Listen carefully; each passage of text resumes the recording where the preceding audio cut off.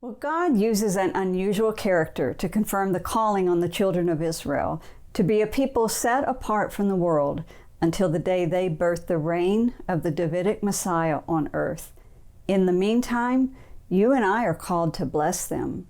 Now, these foundational elements of the Abrahamic covenant are repeated in this week's Torah portion, when God not only makes a donkey speak, but he makes a Moabite diviner proclaim words of truth.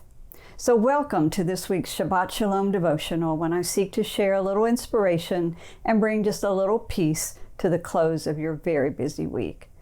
This week's Torah portion is in the book of Numbers, chapters 19 through 25, verse 9. So many things we're reading about this week. I'm just going to list a few. First, the red heifer, to have been burned outside the camp, and the ashes were used for purification. So a few fun facts.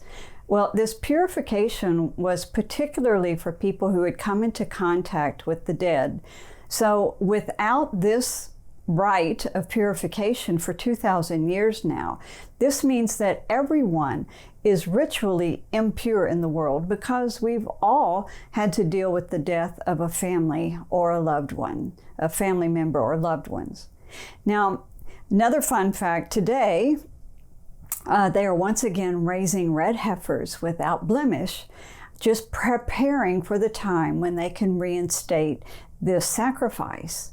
And third fact is, during the Second Temple period, this sacrifice was carried out on the Mount of Olives.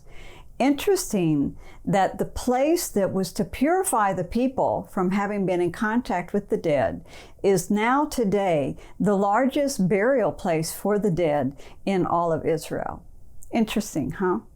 Well, another story we read this week is about Moses' sin in Kadesh, which cost him entry into the Promised Land. Now, what was his sin? It was for taking credit for supplying the water of which God was the true supplier. So he did not honor the Lord before the children of Israel. Big mistake. One we all need to be careful about, taking credit for something we really should give credit to God for. We also read this week about the death of Aaron and the generational shift to his son, Eleazar. And then we have this very strange story about the bronze serpent. I have to say, it's a hard one to understand, but that's not what I want to talk about this week. I'm going to keep moving. The next story we read about this week is the Israelites, who have not yet entered the Promised Land, but they've traveled north and are camped in a big valley in Moab. And the king of the Moabites, Balak, is very afraid of them. He knows that they are large in number and he cannot defeat them. So he sends money to pay a diviner, a seer, a false prophet named Balaam, to curse the people. He is on his way. Balaam is on his way to do this when two things happen. And one is his donkey speaks, and the second is that the seer cannot see the angel of God before him and the donkey, not until God opens his eyes and lets him see the true reality. Well, that must have been necessary for him to then look over the camp of the Israelites and to see the truth, to see the reality. So when Balaam looks out over the camp of the Israelites down in the valley, he doesn't pronounce curses. He pronounces 3 blessings. And in those blessings, there's 3 verses I want to read to you, starting in chapter 23, verses 8 and 9. How shall I curse whom God has not cursed? And how shall I denounce whom the Lord has not denounced? There, a people dwelling alone, not reckoning itself among the nations.